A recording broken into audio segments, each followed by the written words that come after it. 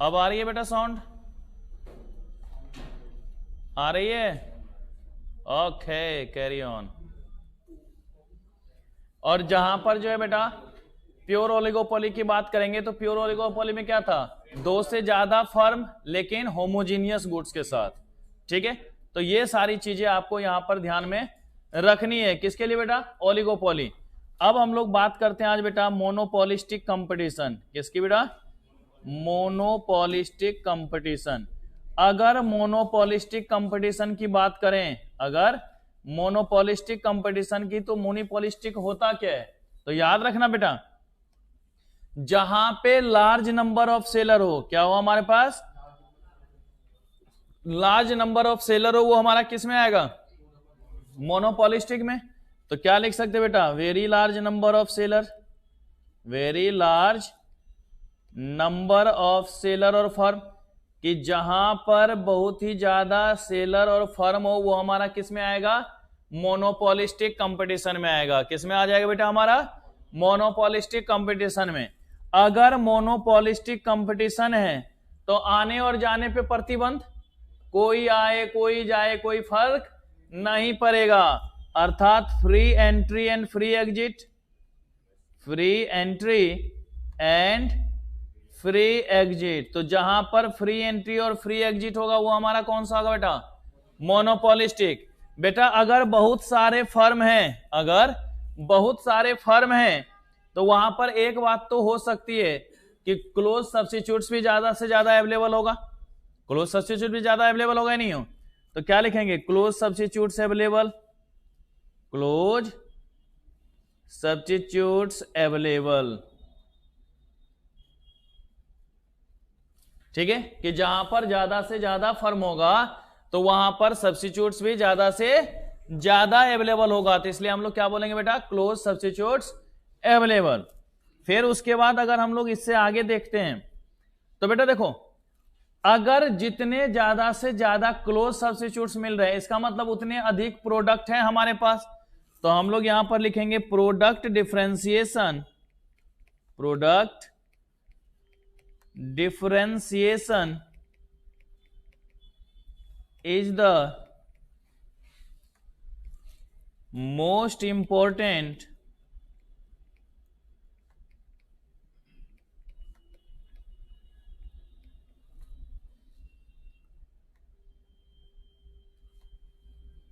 feature of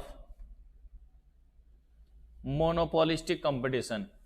क्या होगा? Product differentiation, कि भाई अगर बहुत सारा मार्केट है तो आप घूम घूम के क्या होते सामान देखते हैं ना, भाई ये चाहिए ये चाहिए ये चाहिए, आपके पास जो गुड्स की अवेलेबिलिटी है वो क्या होगी? ज्यादा से ज्यादा होगी। जो गुड्स है उस गुड्स की अवेलेबिलिटी क्या होगी बेटा? ज्यादा से ज्यादा होगी। उस चीज को भी हमें यहां पर ध्यान में रखना है। ठीक है, तो प्रोडक्ट डिफरेंशिएशन की बात करेंगे तो इसलिए हमने क्या बोला? Product differentiation is the most important feature of monopolistic competition. अब देखिए बेटा, चूंकि मार्केट है तो बिना कंपटीशन के तो कोई काम होगा ही नहीं होगा। तो हाई कंपटीशन की बात करेंगे या नहीं करेंगे? क्या करेंगे बेटा? हाई कंपटीशन, कि यहां पर हाई कंपटीशन की बात होती है, कंपटीशन ज्यादा से ज्यादा होगा। बेटा अगर मोनोपोलिस्टिक है तो एडवर्टाइजमेंट और ट्रांसपोर्टेशन कॉस्ट भी ज्यादा होगा। तो लिखते हैं हाई एडवर्टाइजमेंट एंड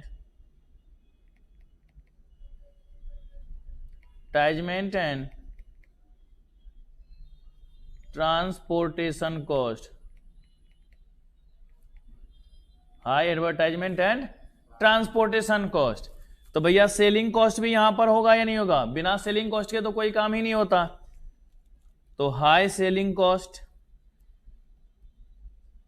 देखते हो ना हर दुकान वाला अलग अलग एडवर्टाइजमेंट मारता रहेगा ही नहीं होगा? हर सेक्टर अलग अलग एडवर्टाइजमेंट ज्यादा ज्यादा करेगा या नहीं करेगा? तो वो भी चीजें आपको यहां पर ध्यान में रखनी है। तो इसकी भी बात हम लोग यहां पर करेंगे। फिर उसके बाद है कि अगर ये सारी चीजें देख रहे हैं तो भाई प्रॉफिट की भी बात करनी पड़ेगी। तो यहां पर नॉर्मल प्रॉफिट होता है हमारा लॉन्ग रन में। क्या होगा बेटा? Normal profit in long run, कि अगर लॉन्ग रन की बात करें तो लॉन्ग रन में कौन सा प्रॉफिट होगा? नॉर्मल प्रॉफिट होगा। कौन सा प्रॉफिट होगा बेटा? हमारा नॉर्मल प्रॉफिट होगा। नॉर्मल प्रॉफिट की बात हम लोग करेंगे लॉन्ग रन के अंतर्गत, ठीक है। और इसमें जब हमारा AR कर्व होगा तो AR curve is more elastic. बेटा एक वो बताओ, AR कर्व को हम लोग डिमांड कर्व के नाम से जानते हैं। ज्यादा से ज्यादा सब्स्टिट्यूट्स है, तो ज्यादा से ज्यादा सब्स्टिट्यूट्स है तो उसका इफेक्ट भी ज्यादा से ज्यादा होगा या नहीं होगा? अगर ज्यादा से ज्यादा सब्स्टिट्यूट्स है तो इफेक्ट भी हमारा ज्यादा से ज्यादा होगा ना। वही चीजें यहां पर भी देखने को मिलती है कि जो हमारा गुड्स की इलास्टिसिटी होगी वो क्या होगी? मोर। क्योंकि हमने जब फैक्टर ऑफ इलास्टिसिटी बताया था डिमांड में, वहां पे हमने क्या बोला? जितना ज्यादा सब्स्टिट्यूट्स इलास्टिसिटी उतना ज्यादा होगा। ओके। मोनोपोली में नहीं होता है कंपटीशन, मोनोपोलिस्टिक बता रहा हूं। मोनोपोली में तो कोई कंपटीशन ही ना है, अपने आप से कौन सा कंपटीशन? बुरबक कहीं का। तो AR curve is more elastic, that is E is greater than 1। E जो है हमारा क्या होगा? एक से ज्यादा होगा। एक से ज्यादा होगा इसका मतलब कौन सा शेप? फ्लैटर इन शेप ना बेटा। अगर एक से ज्यादा है तो कौन सा शेप बनेगा? Flatter in shape. तो ऐसे खींच दें इसको, आए ना, इलास्टिसिटी मोर देन 1। तो AR is also known as demand. AR is also known as demand. की एवरेज रेवेन्यू को हम लोग क्या बोलेंगे बेटा? एवरेज रेवेन्यू को किस नाम से जानेंगे बेटा?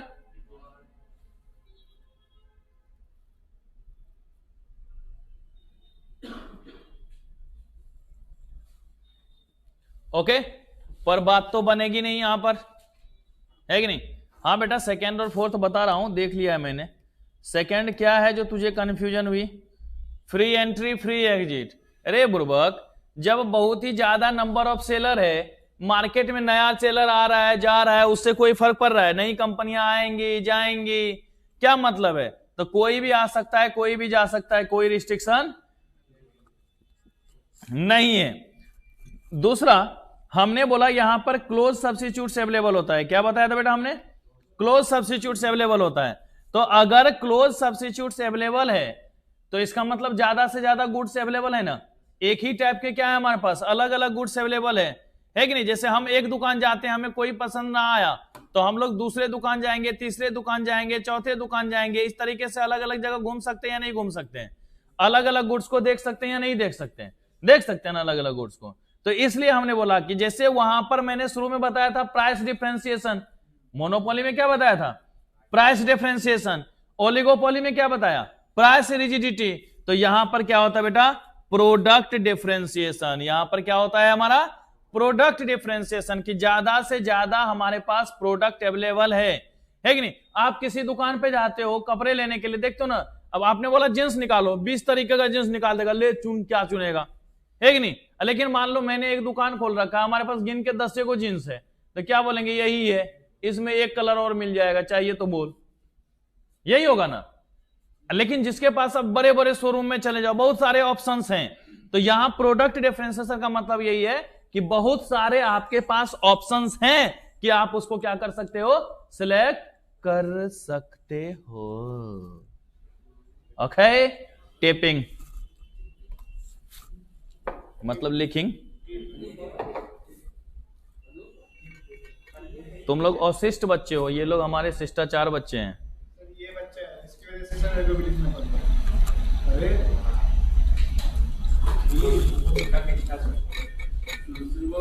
विथ लाल पानी।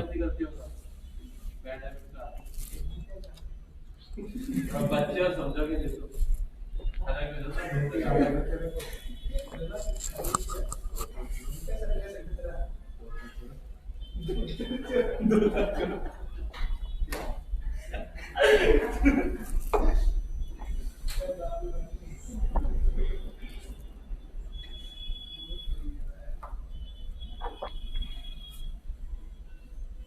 अनूप कौन है? तो मतलब चैटिंग भी चल रहा है साथ साथ। कोई भी ग्रुप में अभी मैसेज नहीं करेगा, जो करना है क्लास के बाद, नहीं तो सबको रिमूव कर दूंगा, लेते रहना।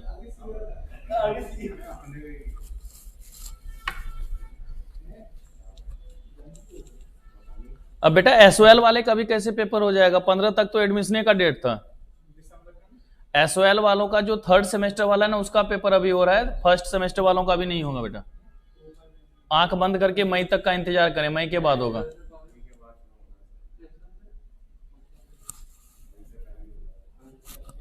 हो गया, लिख लिया? ऊपर करें खंडेलवाल? रुकिए सर, वो इधर बोल रहे हैं ना।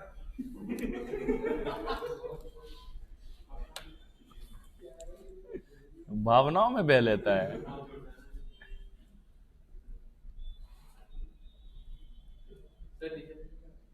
नहीं, जब तक साहब नहीं कहेंगे हम आगे कैसे बढ़ जाए?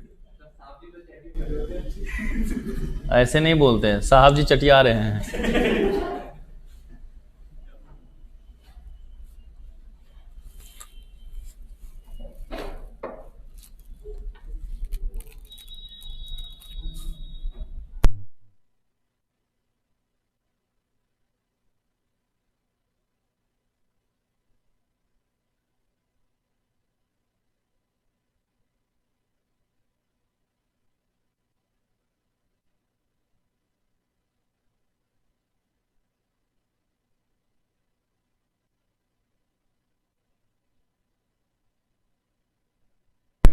अरे बेटा, अगर यहां पर हम कोई सामान बेच रहे, कंपटीशन ज्यादा है, तो हम क्या करेंगे? कस्टमर को लुभावने ऑफर देंगे नहीं, आइए by one get one free, by one get one free, है कि नहीं? By one get four free, है कि नहीं? एक सामान लो पूरा दुकान ले जाओ, है कि नहीं? तो ये सब हमारा सेलिंग कॉस्ट में आएगा बेटा।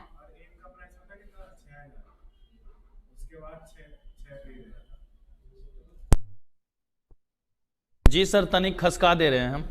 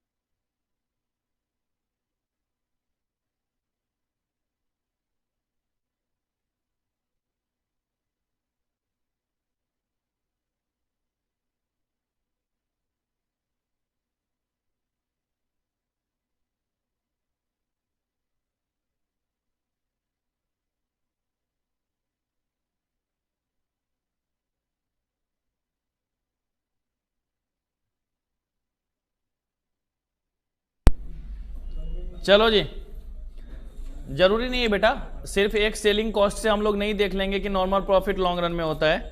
बहुत सारी इसमें चीजें हैं जो हमें देखनी होती हैं। तो ये हमने यहां पर बेसिक देख लिएगा भाई। अब इसके बाद आती है बात बेटा परफेक्ट कंपटीशन की। तो चलिए हेडिंग दीजिए परफेक्ट कंपटीशन, पूर्ण प्रतियोगिता।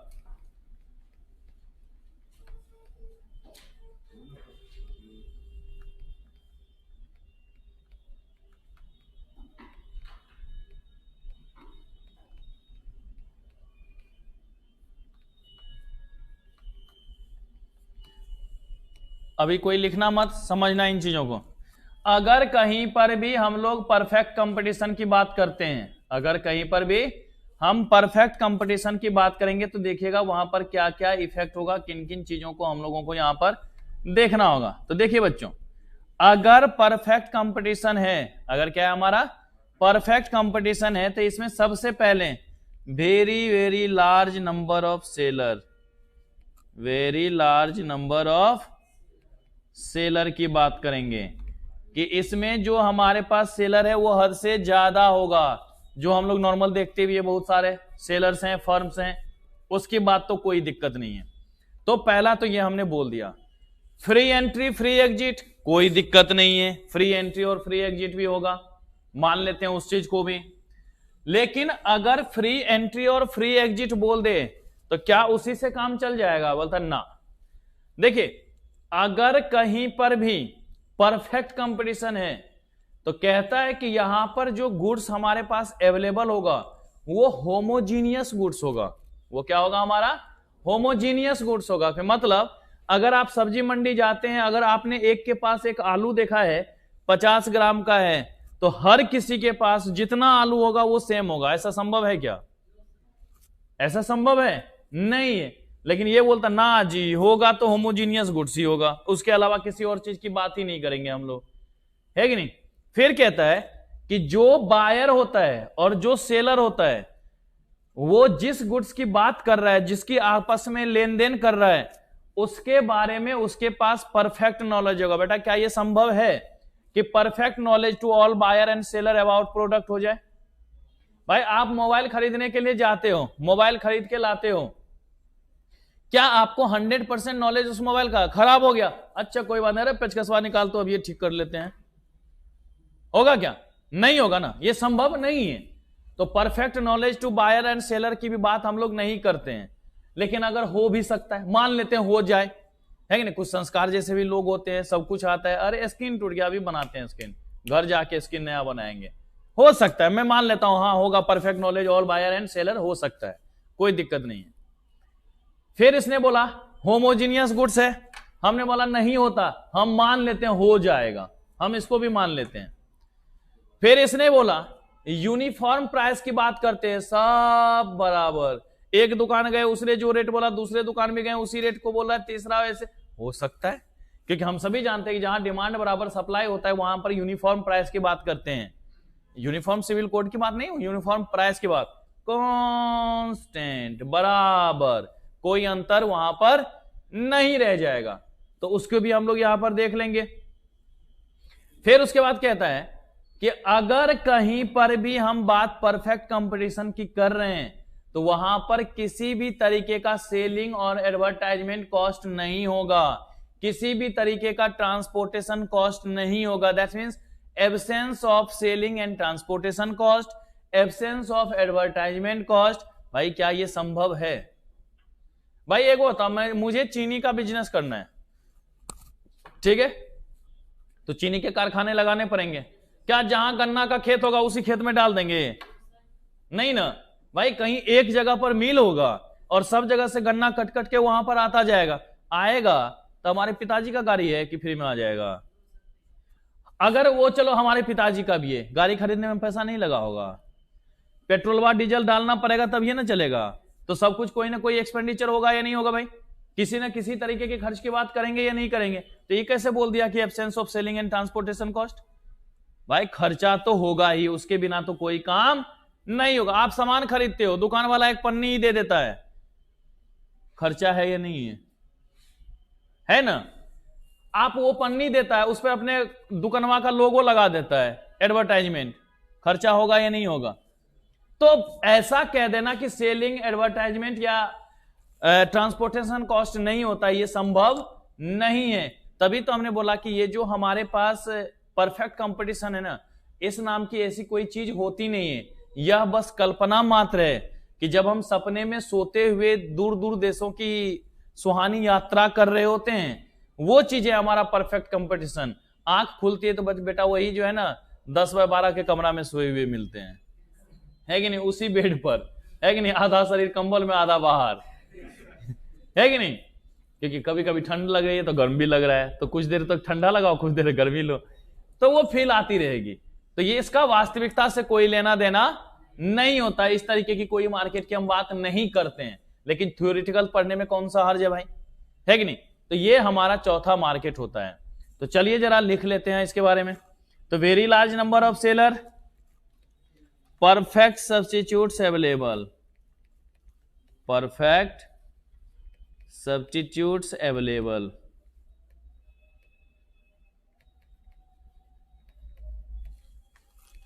Free entry free exit,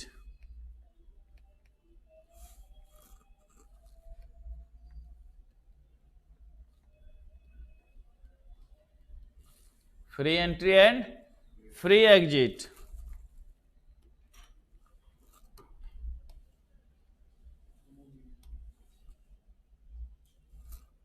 homogeneous product,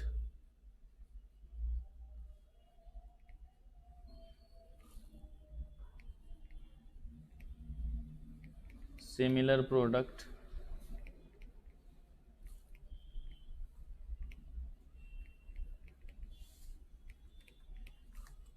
uniform price,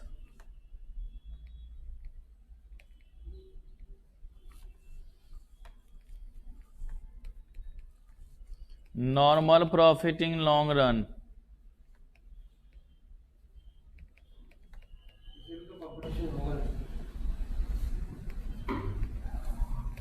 competition तो होगा। हाँ लो ना, फुल कंपटीशन। बिना कंपटीशन, जहां भी एक से ज्यादा फर्म आ गया तो बिना कंपटीशन के तो काम ही नहीं होगा। वो तो मोनोपोली में इसलिए नहीं था ना कंपटीशन, क्योंकि अकेला है। अकेला में क्या कंपटीशन है कि नहीं भाई? जब दो से अधिक लोग होंगे तभी ना कंपटीशन की बात करेंगे। तो फुल कंपटीशन।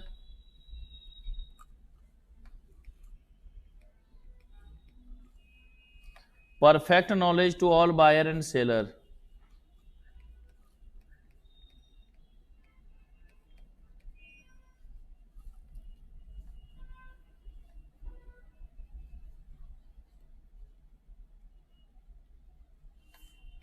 about product,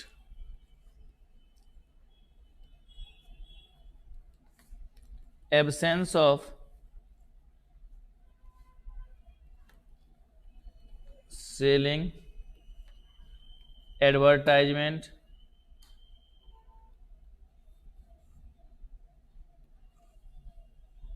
अभी बताया कहां बेटा? जब प्रॉफिट निकालेंगे तब बताएंगे, अभी बस इतना ही लिखना है कि लॉन्ग रन में नॉर्मल प्रॉफिट होता है। Absence of selling, advertisement and transportation cost.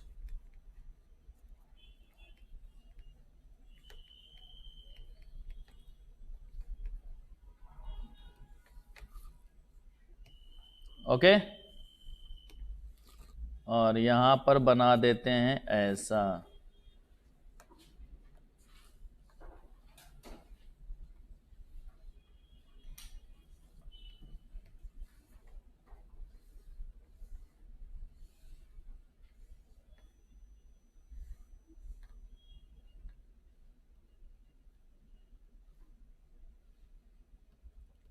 AR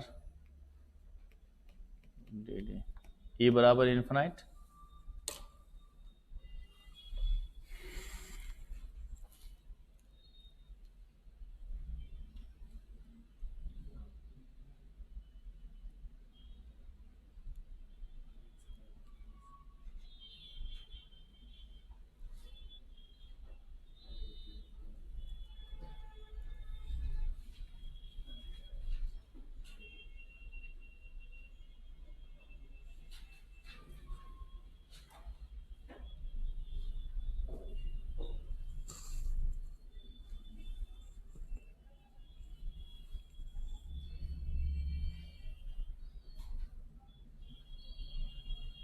हाँ बेटा होमोजीनियस गुड्स है इसलिए परफेक्ट सब्स्टिट्यूट होगा।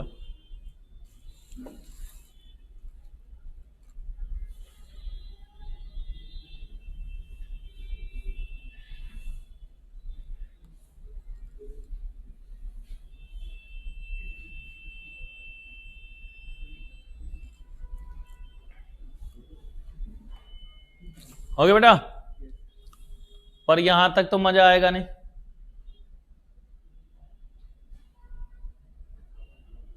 तो बेटा ओलिगोपोली में मैंने परफेक्ट सब्स्टिट्यूट की तो बात ही नहीं करी थी। मैंने बोला था क्लोज सब्स्टिट्यूट अवेलेबल है, क्योंकि कुछ एक फर्म है तो सब्स्टिट्यूट हमारे पास अवेलेबल होगा। ओके, पर बात तो यहां पर बनेगी नहीं। अब पहले हमें देखना पड़ेगा रेवेन्यू कंसेप्ट के बारे में, क्योंकि जब तक रेवेन्यू को नहीं देखेंगे तो आगे का कोई काम अब हमारा होने वाला है नहीं, क्योंकि कॉस्ट तो हम लोग देख चुके हैं। तो बिना रेवेन्यू का काम होगा क्या? नहीं होगा। तो चलिए देखते हैं रेवेन्यू। यहां तक सबने लिख लिया?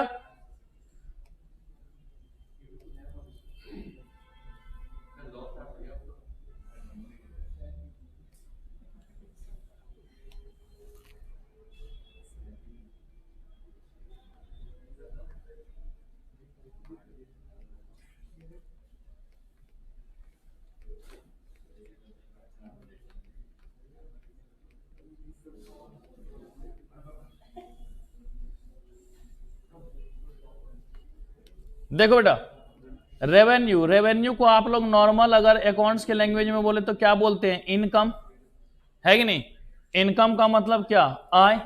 उसी को लिखे हमने आगम, जो आबे है। आगम का मतलब जो आ रहा है, बेटा नहीं लिखना है, बाद में एक ही बार लिखना।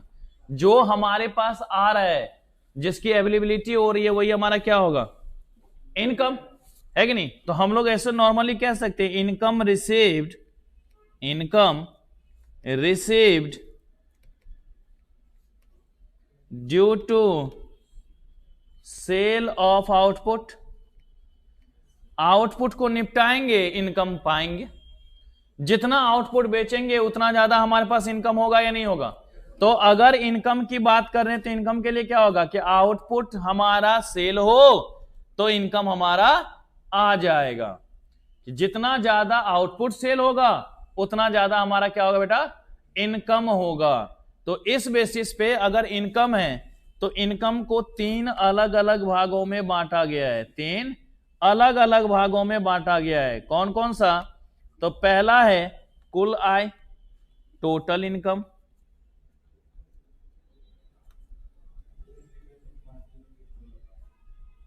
ठीक है, दैट्स मीन्स रेवेन्यू, है ना। तो टीआर लिख सकते हैं बेटा। अब देखो इनकम चूंकि अकाउंटिंग लैंग्वेज है तो इसलिए हम लिखते नहीं, चूंकि अभी इसलिए लिख रहा हूं ताकि तुम लोगों के समझ में आ जाए रेवेन्यू का मतलब ही क्या होता है।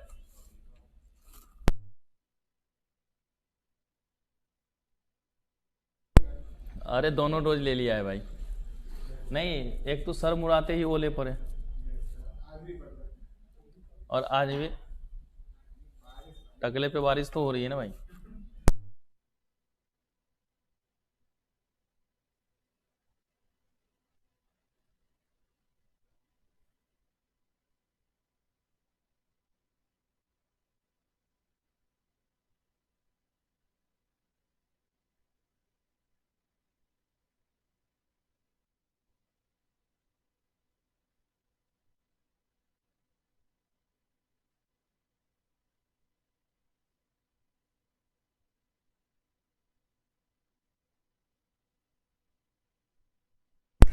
बेटा सर जी ओमिक्रॉन नहीं है, सर जी को हो सकता है लेकिन हमें ओमिक्रॉन है नहीं, हम ओमिक्रॉन को खा जाएंगे, टेंशन फ्री रहो।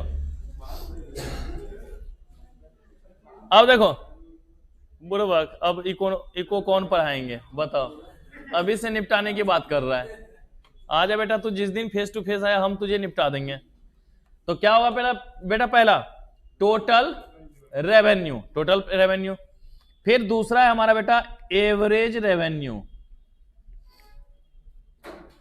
Average revenue. And last one is marginal revenue, MR। ये 3 अलग अलग बातें हैं, ये 3 अलग अलग बातें हैं। Total revenue, average revenue, marginal revenue. हम इसमें ज्यादा नहीं घुसेंगे कि आपको प्रॉब्लम हो, उतना ही देखेंगे जो एग्जाम के पर्पज से हमारे लिए जरूरी है। ओके, तो चलिए देखते हैं।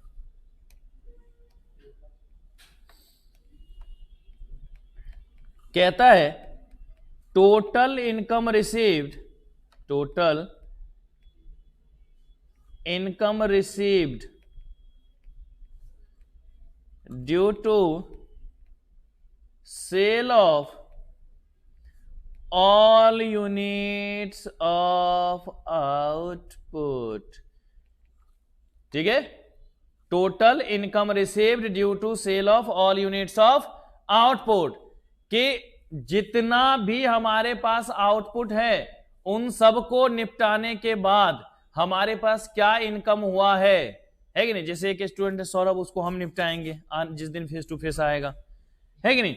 तो जितना इनकम हमें रिसीव्ड होगा टोटल आउटपुट को सेल करने से, वही हमारे लिए क्या होगा, टोटल रेवेन्यू होगा ना भैया।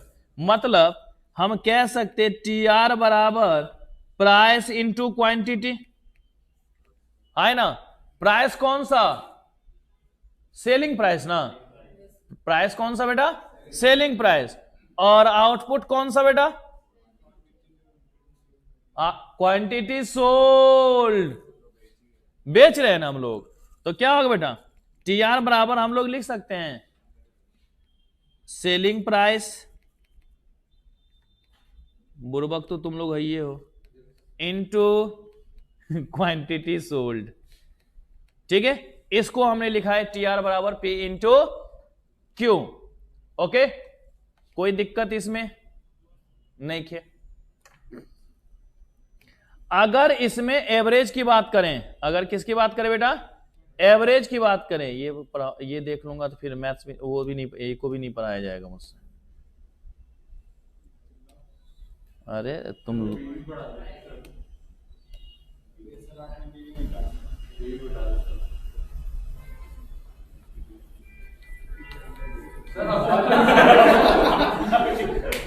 अच्छा देख आ गया, ये मत सोचो कि मिटा दिया तो नहीं आएगा, बुर्बक का यार टेक्नोलॉजी। चलो जी, अब है हमारे पास average revenue.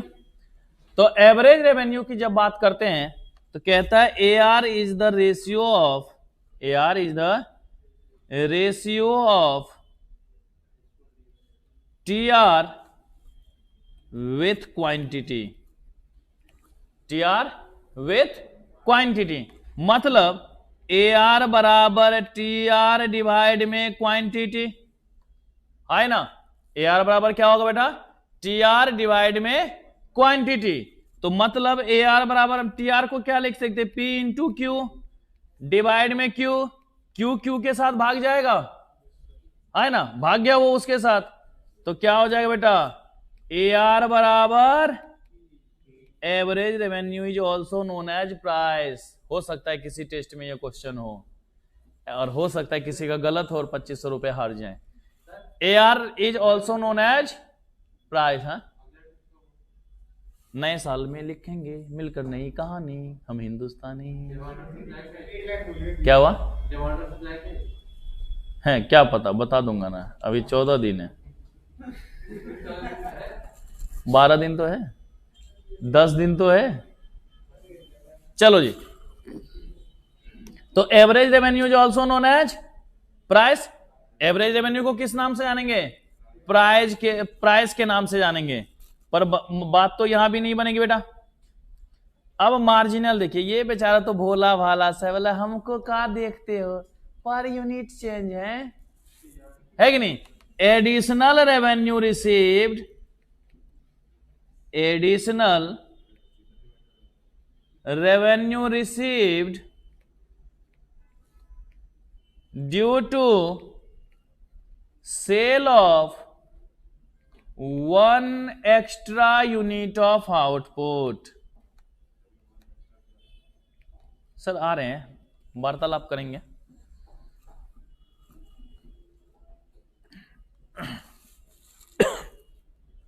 Additional revenue received due to sale of 1 extra unit of output, कि एक अतिरिक्त आउटपुट को, जैसे मान लो हमने पहला यूनिट बेचा 10 रुपया में, दूसरा बेच दिया 9 रुपया में, है ना।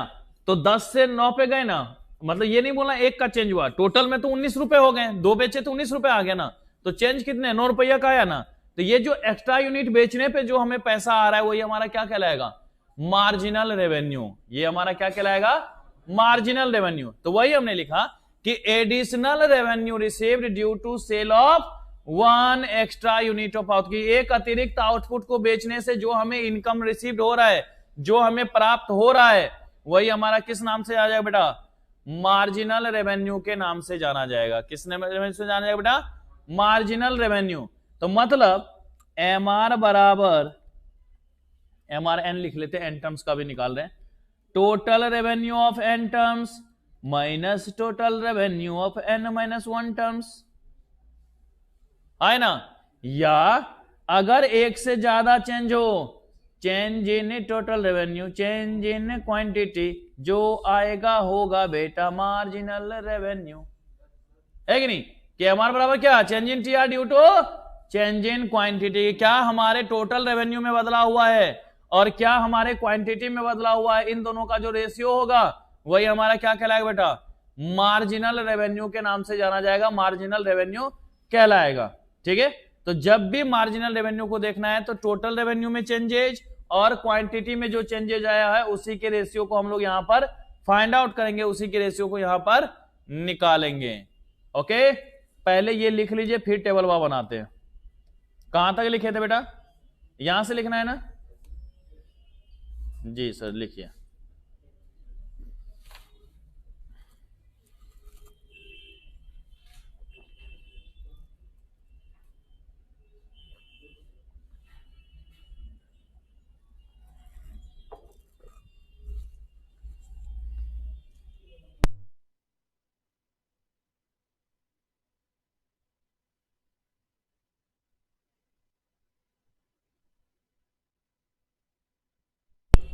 बेटा कल भी मेरी ही क्लास होगी, टेंशन ना लो।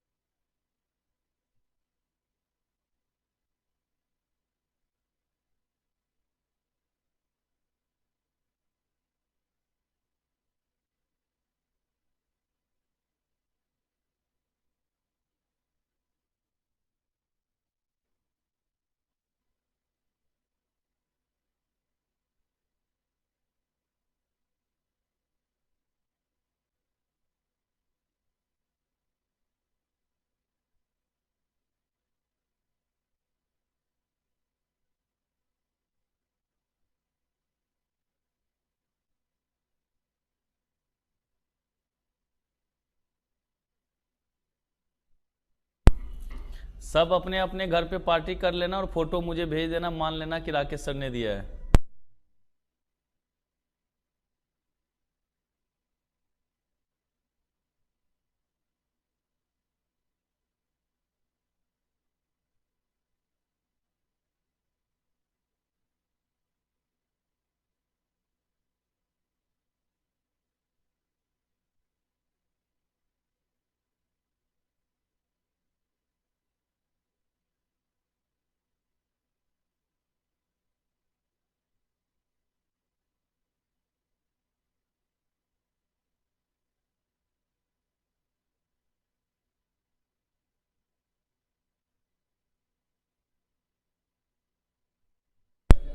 जल्दी नोट करो।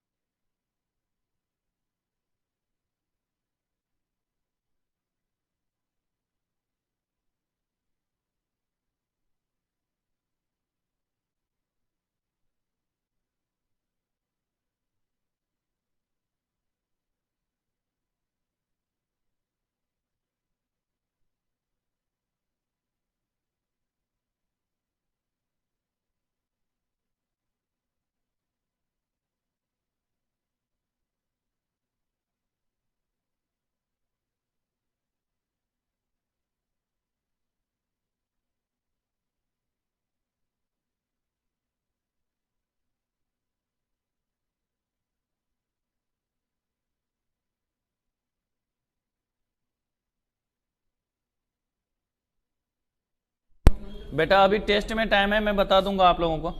हो गया बेटा यहां तक? यहां तक किसी को कोई दिक्कत? चलिए जरा अब कुछ बात कर लेते हैं यहां पर। देखो बेटा,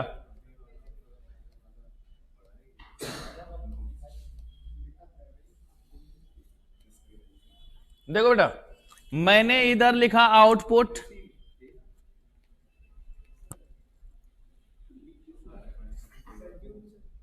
ठीक है, हमने लिखा आउटपुट, इधर ले लिया हमने प्राइस, इधर क्या ले लिया हमने बेटा? प्राइस। इससे निकल सकता है हमारा टोटल रेवेन्यू, है ना, इससे टोटल रेवेन्यू। फिर हम निकाल सकते हैं एवरेज रेवेन्यू, और फिर हम निकाल सकते हैं मार्जिनल रेवेन्यू। पहले देखना सारे बच्चे इस बात को, अगर मान लीजिए आउटपुट है, ठीक है, तो भाई ज्यों ज्यों प्राइस कम होगा क्वांटिटी हम ज्यादा खरीदेंगे या नहीं खरीदेंगे? ठीक है, मान लीजिए प्राइस जो हमने माना है वो इस तरीके से था, 10, 9, 8, 7, 6, 5, 4, इस तरीके से मान लिया हमने। ओके, क्वांटिटी जो हमारी थी बेटा वो थी इस तरीके से, 5, 6, 8, 11, 12, 15, 20, हो सकता है ना बेटा? अब देखिए, अगर आउटपुट है, प्राइस है, देख रहे हैं ना, प्राइस कम होने से क्वांटिटी तो बढ़ी है, प्राइस अगर कम हुआ है तो क्वांटिटी बढ़ी है, तो लॉ ऑफ डिमांड वाला काम तो हमारा ऑपरेट हो ही रहा है।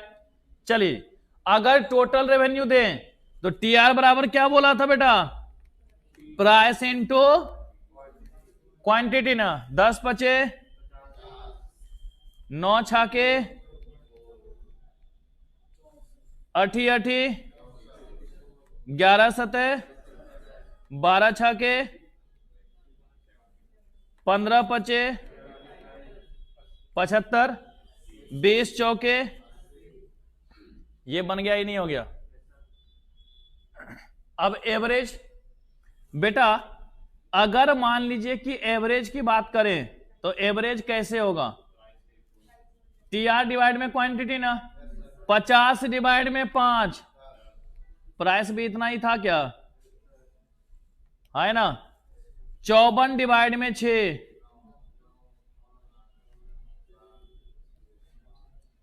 यही चीज मैंने वहां भी लिखा था ही नहीं कि average revenue is also known as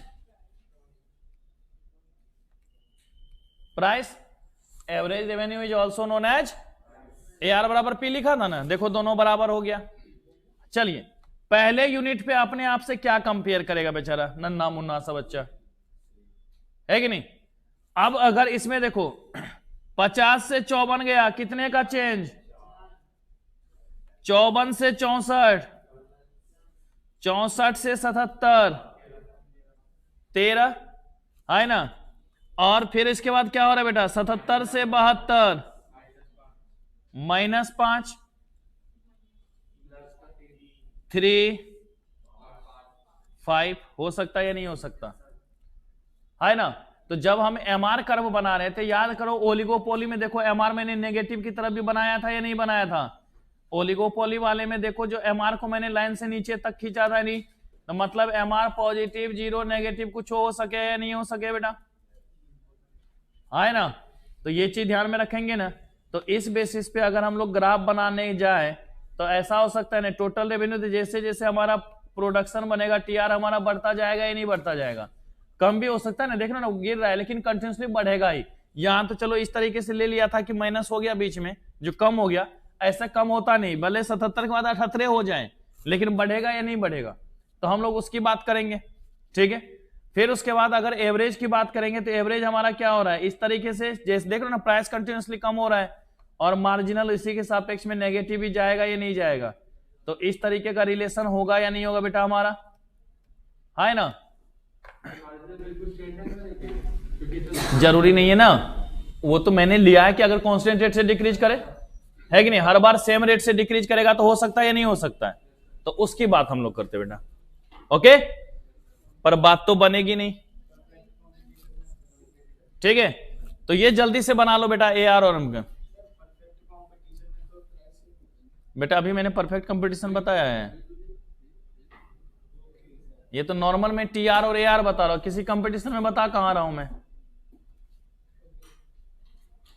बेटा ग्राफ ऐसे ही बना दिया कि ए आर तो प्राइस की तरह कंटिन्यूसली कम हो रहा है तो हमने कम कर दिया इस तरीके से, एम आर इसके नीचे जाएगा, पॉजिटिव जीरो नेगेटिव सब कुछ होता रहेगा तो हमने वो बता दिया, और टी आर जीरो से स्टार्ट होगा, क्वांटिटी नहीं बेचेंगे तो रेवेन्यू होगा क्या, नहीं, और धीरे धीरे ये हमारा इस तरीके से चला जाएगा। ओके, ये चीजें आपको ध्यान में रखनी है, जल्दी लिख लो। हाँ, जब क्वांटिटी नहीं बेचेंगे तो टी आर कितना, जीरो, और ये वाई एक्सिस को टच नहीं कर सकता ए आर और एम आर, क्योंकि जीरो यूनिट पे तो हम एवरेज निकाल ही नहीं सकते। कहां टच कर रहे देखो तो, अरे एक्स पे कर रहा है, वाई पे थोड़ी नहीं कर रहा है। वाई पे किस लिए नहीं, क्योंकि जीरो पे तो एवरेज निकल नहीं सकता, एवरेज के लिए कम से कम एक यूनिट होना चाहिए, कंपेयर अपने आप से नहीं करेंगे, एक और होने चाहिए, तो इसलिए ना मार्जिनल वाई को टच करेगा ना एवरेज वाई को टच करेगा। बुक में आपको ग्राफ इस तरीके से दे दिया होगा कि टच करता हुआ जाता, लेकिन ऐसा होता नहीं है, नहीं करेगा वो टच। ओके, तो अब अगर कहीं पर ए आर टी आर निकालना रहेगा तो निकाल लेंगे ना, पर बात फिर भी नहीं बनेगी।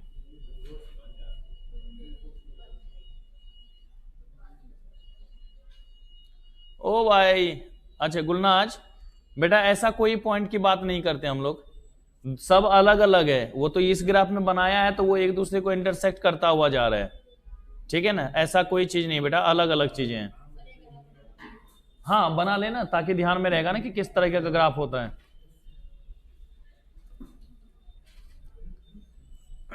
हो गया, लिख लिया?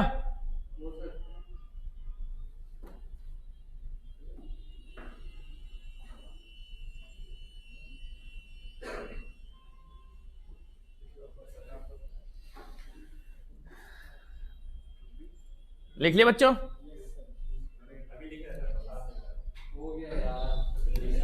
चलो अब देखो जरा कुछ बातें हम लोग करते हैं यहां पे। बेटा एक वो बताओ, हम कोई भी काम करेंगे तो बिना प्रॉफिट का डिटर्मिनेशन का तो काम होगा ही नहीं, बिना प्रॉफिट के डिटर्मिनेशन का काम होगा नहीं होगा। तो हम देखते हैं कि अगर डिटर्मिनेशन ऑफ प्रॉफिट हो रहा है, हम यहां लिख रहे हैं डिटर्मिनेशन ऑफ प्रॉफिट, मिनेशन of profit in a different market, ठीक है, बट यहां पे हम जब बात करेंगे तो डिफरेंट मार्केट की जब हम लोग देखेंगे तो ये होगा हमारा बेटा मार्जिनल अप्रोच, ये हमारा कौन सा होगा, मार्जिनल अप्रोच। कौन सा देखेंगे हम लोग बेटा, मार्जिनल अप्रोच। जबकि अगर हम लोग नाम नॉर्मली देखें प्रॉफिट का तो उसमें हमारा एक और हो जाएगा कौन सा, टोटल अप्रोच। कौन सा हो जाएगा बेटा हमारा, टोटल अप्रोच। तो अगर हम प्रॉफिट की बात करें तो दो तरीके से निकाल रहे होंगे, टोटल अप्रोच और मार्जिनल अप्रोच। कि अगर हम प्रॉफिट का डिटर्मिनेशन करेंगे तो प्रॉफिट का डिटर्मिनेशन दो तरीके से, एक तो हमारा टोटल अप्रोच और एक हमारा कौन सा हो जाएगा बेटा, मार्जिनल अप्रोच। तो भैया ये टोटल अप्रोच में क्या होता है और मार्जिनल अप्रोच में क्या होता है, इन चीजों को देखना पड़ेगा। तो सबसे पहले कि अगर प्रॉफिट है तो प्रॉफिट को हम लोग निकालेंगे कैसे, ठीक है, अगर प्रॉफिट है तो प्रॉफिट बराबर देखो क्या होता है, प्रॉफिट को डिनोट कर रहे हैं किससे बेटा, पाई से, पहले भी बता चुका हूं मैं, pi is equal to T R minus T C. क्या हो जाएगा बेटा हमारा, T R minus T C. कि जो हमारा, सर इसमें ऑर्डिनल नहीं होता, क्या ऑर्डिनल बेटा, बेटा ये ऑर्डिनल वो इंडिफरेंस कर्व थोड़ी ना है, T R minus T C, total revenue से टोटल कॉस्ट को अगर माइनस कर दें तो जो हमारी वैल्यू आएगी वही हमारा क्या होगा, प्रॉफिट का। तो अब इस बेसिस पे हम लोग क्या करते हैं ना, दो ग्राफ बना रहे हैं, उस ग्राफ के माध्यम से आपको समझाते हैं कि हम प्रॉफिट का डिटर्मिनेशन कैसे करें। तो देखो बेटा ये हमारा एक ग्राफ हो गया, गौर से समझना बेटा,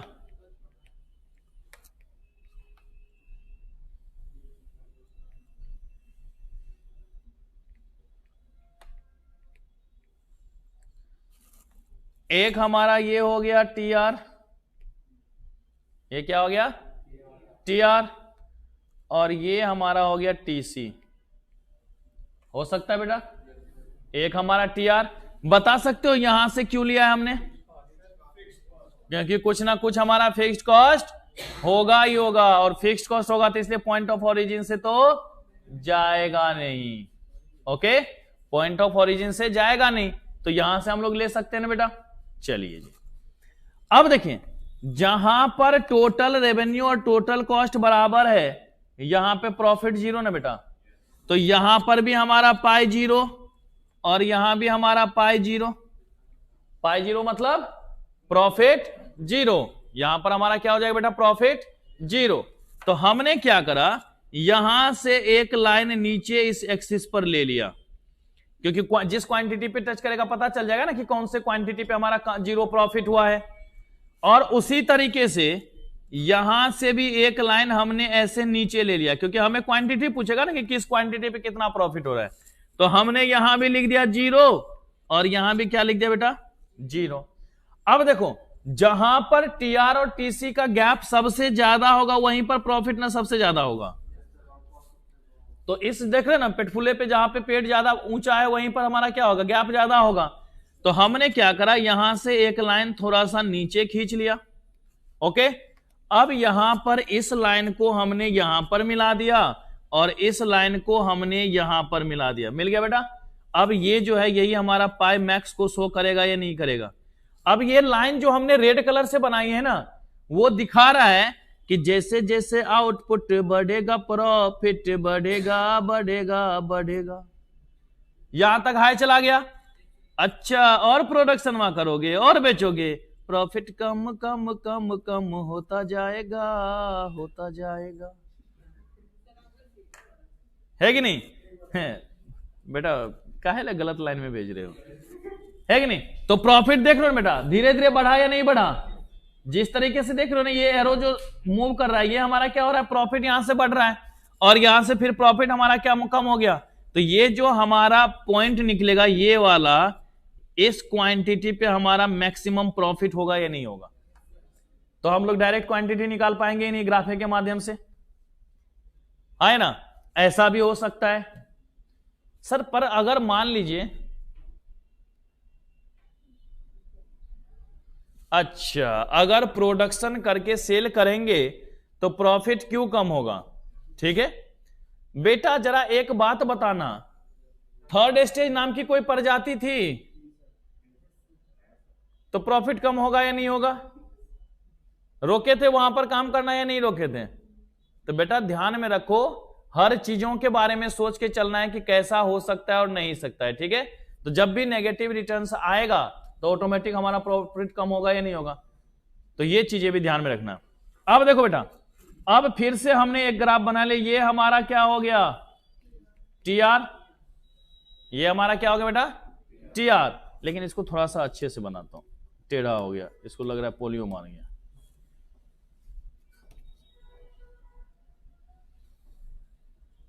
लिख लिया टीआर, तो अच्छी बात है ना, कर भी बना। टीआर कम भी तो हो सकता है ना बीच में। और यहां से हमने बना दिया बेटा टीसी। टीसी स्ट्रेट लाइन भी जा सकता है ना, क्योंकि ये वेरिएबल कॉस्ट के ऊपर डिपेंड है। पहले वाले केस में अगर वेरिएबल नागिन डांस करेगा तो टीसी भी नागिन डांस करेगा, और अगर टीवीसी हमारा स्ट्रेट लाइन जाएगा तो टीसी भी क्या होगा? Straight line. क्योंकि टीसी और टीवीसी का शॉर्ट रन में डायरेक्ट रिलेशन होता है, ये बात तो हम सभी ने देखा है ना, है कि नहीं? तो अब अगर यहां पर फिर से हम देखने के लिए जाएं तो एक बात तो बन गई, यहां पर पाई जीरो, यहां पर क्या हो गया बेटा? Pi zero. यहां पर भी हमारा क्या? Pi zero. क्वांटिटी पे खींच ले इसको, पाई जीरो हो गया ना। यहां भी हमारा क्या हो गया? Pi zero. बेटा इसमें भी मैं आपको बताऊंगा first stage, second stage, third stage, देखते रहो ना। अभी यहां पे दोनों का गैप सबसे ज्यादा, इससे एक लाइन नीचे खींच दिया हमने। अब इसको क्या करें? मिला देंगे तुमको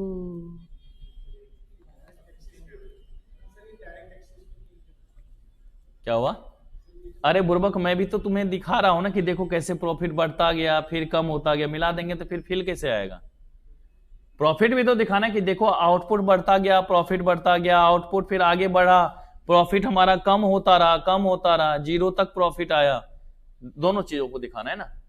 तो अब देखिए, अब जो यहां पर ये वैल्यू है, ये जो वैल्यू है हमारी, यहां पर प्रॉफिट हमारा बढ़ रहा है ना बेटा, ये हमारा क्या हो रहा है, प्रॉफिट बढ़ रहा है, और यहां के बाद फिर से क्या हो रहा है, कम हो रहा है। प्रॉफिट कम भी हो, मिल तो रहा है ना बेटा, हमारा नुकसान तो ज्यादा नहीं हो रहा है ना। तो ये हमारा आउटपुट फिर से कौन निकल जाएगा यहां पर, जहां पर मैक्सिमम प्रॉफिट की बात कर रहे हैं हम लोग, है ना।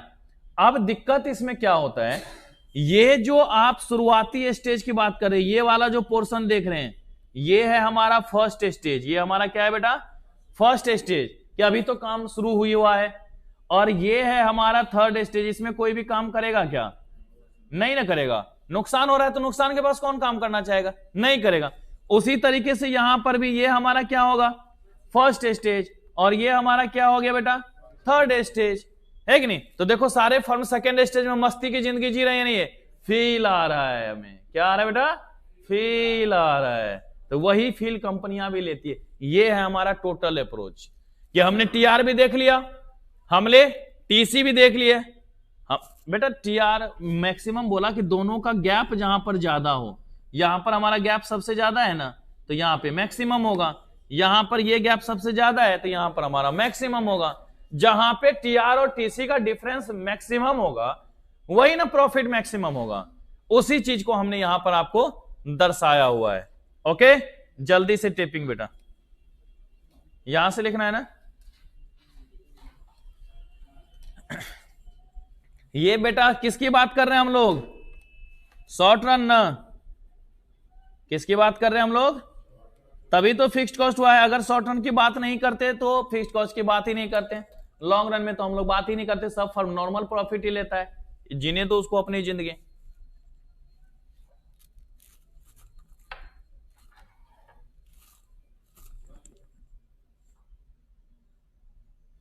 वो 2-4 मिनट बैठ के पहले देखेगी, एब्जॉर्व करेगी, फिर जब सबका हो जाएगा तब बोलेगी रुको सर अब लिखने दो, इसी बहाने 5 मिनट टाइम बर्बाद हो।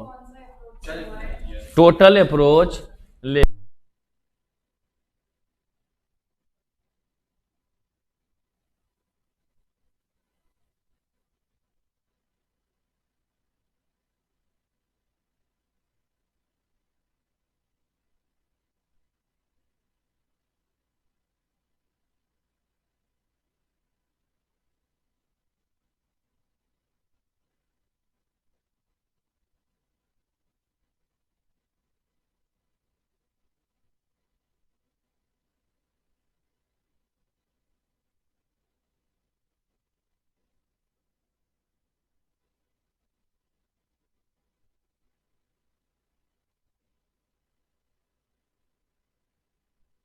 बेटा टीआर कर्व अलग नहीं है, टीआर बढ़ सकता है, मैक्सिमम भी जाएगा, रिड्यूस भी तो हो सकता है। जब एमआर हमारा नेगेटिव जाएगा तो टीआर कम नहीं होगा, कम भी हो सकता है। यहां पे थोड़ा सा हमने कम कर्विक बनाया, दूसरे वाले में ज्यादा कर्विक कर दिया।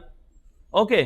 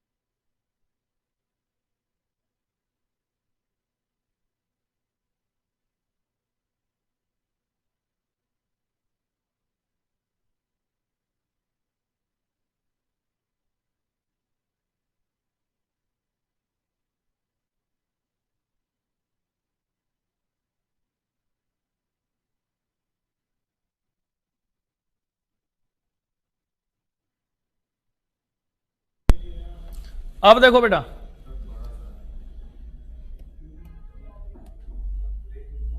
हटा ही दिया, टेंशन नहीं, खत्म।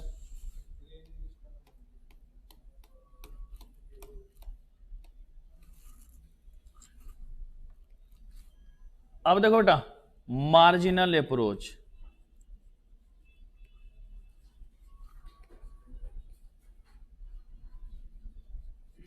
मार्जिनल अप्रोच के लिए ना अब दिक्कत थोड़ी सी एक हो जाएगी। कहता है क्या? तो चलिए जरा हम लोग देखते हैं। अगर मार्जिनल अप्रोच है तो सबसे पहले इसमें हमें फाइंड आउट करना पड़ेगा इक्विलिब्रियम पॉइंट। इक्विलिब्रियम पॉइंट, संतुलन बिंदु। क्या निकालना पड़ेगा बेटा हमें? इक्विलिब्रियम पॉइंट की बात करनी होगी।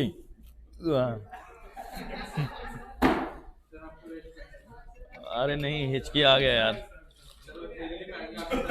ओ, बर्दाश्त कर ले। नहीं हो रहा बेटा, तबीयत तो एकदम तंदुरुस्त है।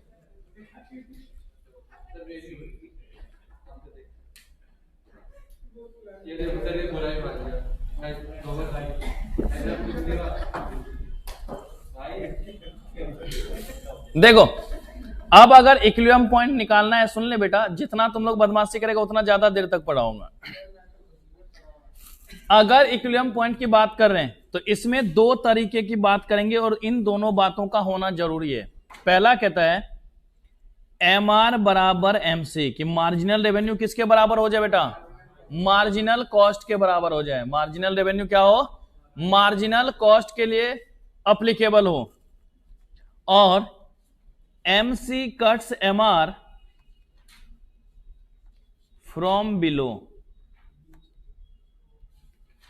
गौर से देखिएगा, MR बराबर MC और MC cuts MR from below. कहता है कि ये दोनों कंडीशन फुलफिल होना चाहिए in case of perfect competition. In case of perfect competition both condition will fulfil. लेकिन अगर उसके बाद बात करें हम लोग मोनोपोली, मोनोपोलिस्टिक है कि नहीं, या ओलिगोपोली में तो बात ही नहीं करते हैं, तो उसके लिए सिर्फ पहला कंडीशन होना चाहिए। किसके लिए? मोनोपोली और मोनोपोलिस्टिक के लिए। कैसे? तो वो बताना तो ज्यादा जरूरी है भाई। लिखना तो आसान है, पहले वो समझ में तो आए, भेजे में तो घुसे। तो चलिए भेजे में घुसाने के लिए हम 3 ग्राफ बनाते हैं और फिर देखते हैं कि इक्विलिब्रियम पॉइंट हम लोग कैसे, क्योंकि जब तक इक्विलिब्रियम पॉइंट फाइंड आउट नहीं होगा तो हम इक्विलिब्रियम क्वांटिटी और इक्विलिब्रियम प्राइस फाइंड आउट नहीं कर सकते। तो प्रॉफिट का डिटर्मिनेशन कैसे होगा? है कि नहीं? जब तक प्राइस और क्वांटिटी फाइंड आउट नहीं होगा हम लोग प्रॉफिट का डिटर्मिनेशन कर पाएंगे नहीं। तो हमें दोनों ही चीजों का होना आवश्यक होगा या नहीं होगा? दोनों ही चीज निकालना जरूरी होगा या नहीं होगा? तो वही चीजें हम लोग यहां पर भी निकालने की कोशिश करेंगे। ठीक है?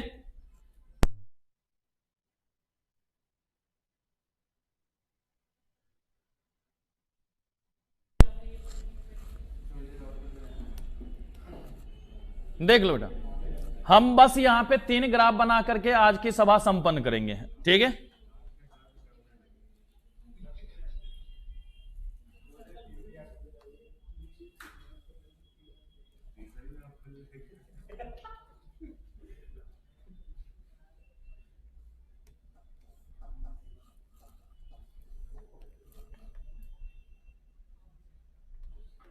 X Y X Y X और वाई। देखो बेटा, ये हमारा हो गया AR, ये हमारा हो गया MR मोनोपोली में। ये हमारा किसका है? मोनोपोली। और इसका सीधी सी बात है इलास्टिसिटी लेस देन 1, टेंशन है खत्म। ये हमारा हो गया AR, ये हो गया हमारा MR। E is greater than 1, कौन सा हो जाएगा बेटा? मोनोपोलिस्टिक। क्या हो जाएगा हमारा? मोनोपोलिस्टिक। और ये भाई साहब किस नाम से जाने जाएंगे? ए आर बराबर एम आर, परफेक्ट कंपटीशन। अरे बुर्बक, पिछली क्लास में इतने प्यार से समझाया था कि ओलिगोपोली में डिसजॉइंट सेगमेंट होता है जिसके कारण प्रॉफिट का डिटर्मिनेशन नहीं करते हैं। तो उसी बात पे ना 3 अलग अलग ग्राफ बना के बताए थे। अमन बहुत जल्दी भूल जाता बेटा, डोज पड़ेगा तुझे। अब देखें, ये तो हमारी कहानी हो गई ना। अब हमने क्या करा? एम से अरे तू जे से बन जा बेटा। हाँ यार सही पकड़े हैं, just do it. M C सही है, यू से भी लिखवाया था मैंने। ओके, अब इस तरीके से दे दिया। देखो बेटा, यहां पर एम आर और एम सी इस पर बराबर हो रहा है ना, एक ही पॉइंट पे ना टच हो रहा है, तो कोई दिक्कत? ये हमारा इक्विलिब्रियम पॉइंट हो जाएगा या नहीं हो जाएगा? अब जब ये इक्विलिब्रियम पॉइंट होगा तो यहां से अगर नीचे इस तरीके से मिला देंगे तो इक्विलिब्रियम क्वांटिटी और एवरेज रेवेन्यू से हमारा प्राइस निकलता है ना, तो इससे हम लोग क्या करेंगे, इस एक्सिस पे टच कर देंगे, आ जाएगा इक्विलिब्रियम प्राइस। तो प्राइस और क्वांटिटी दोनों मिल गया या नहीं मिल गया? इक्विलिब्रियम पॉइंट निकल गया या नहीं निकल गया हमारा? चलिए, यहां भी फिर क्या हो रहा है, यहीं पे टच कर रहा है ना, तो ये क्या हो गया हमारा इक्विलिब्रियम। इससे नीचे अगर मिला दिया तो इक्विलिब्रियम क्वांटिटी, और इससे अगर ऊपर मिला देंगे और ये इधर की तरफ चला जाएगा तो ये हमारा क्या होगा, इक्विलिब्रियम प्राइस हो जाएगा। दोनों में कोई दिक्कत हुआ? सिर्फ पहला कंडीशन फुलफिल हुआ ना, एम आर बराबर एम सी, टेंशन खत्म। एम आर बराबर एम सी यहां भी हो रहा है, एम आर बराबर एम सी यहां हो रहा है, तो परफेक्ट समझे। रे बाप, मेरे दो दो बाप है कि नहीं भाई? दो दो बाप कैसे होगा भाई? दो जगह इक्विलिब्रियम कैसे हो सकता है? यहां भी इक्विलिब्रियम और यहां भी इक्विलिब्रियम। टेंशन आ गया यहां पर, तो बोलेगा रुको सबर करो, दूसरे पर आओ।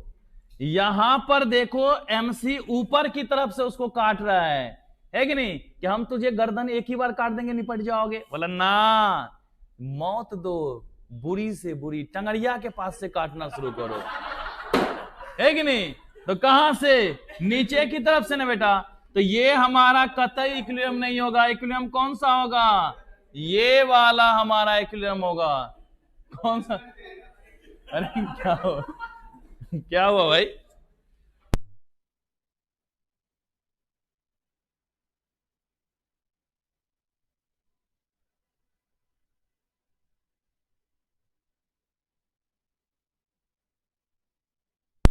तो अब क्या हो रहा है यहां पे बेटा, कि यहां पर हमारा दूसरा हो रहा है ना, तो इस वाले को हम लोग इक्विलिब्रियम पॉइंट के नाम से जानेंगे या नहीं जानेंगे? है कि नहीं? बताओ, बगल वाले को भी बाबूजी बोल रहा था, ऐसे कैसे हो सकता है भाई? जहां पर एमसी नीचे से इंटरसेक्ट करेगा वही ना हमारा इक्विलिब्रियम होगा, और यहीं पर ना नीचे से इंटरसेक्ट कर रहा है। इंटरसेक्ट कहां कर रहा है? नीचे में, यहां पर। ये हमारा क्या है, ऊपर की तरफ से आ रहा है ना, तो ऊपर वाले को नहीं देखेंगे, क्योंकि कंडीशन हमारा 2 क्या कह रहा था, MC cuts M R from below, है कि नहीं? हाँ बिलो। तो जब बिलो बोला तो बिलो से ना इंटरसेक्ट करेगा, और यहीं पर ना बिलो से इंटरसेक्ट, देख रहा ना, इधर से जाता हुआ काट रहा है, लेकिन यहां पे ऊपर से आता हुआ, तो ये हमारा नहीं होगा, दूसरा वाला हमारा इक्विलिब्रियम प्राइस हो जाएगा। ओके, कोई दिक्कत? टेपिंग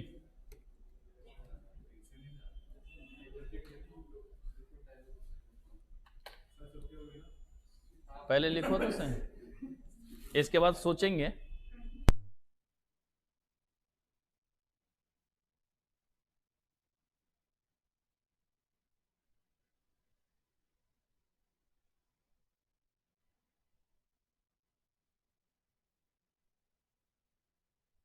जल्दी नोट करो बेटा।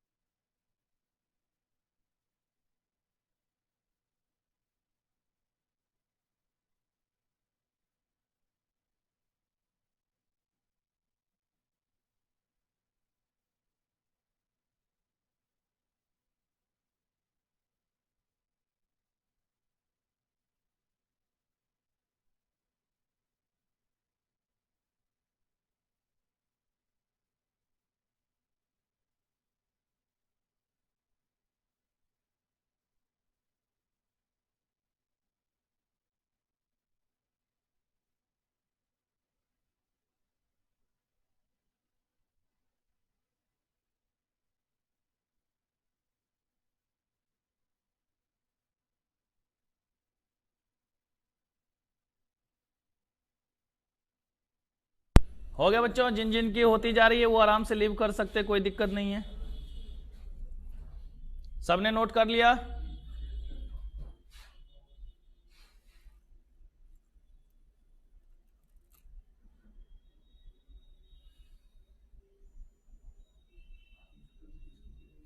हाँ बेटा, क्लास ओवर।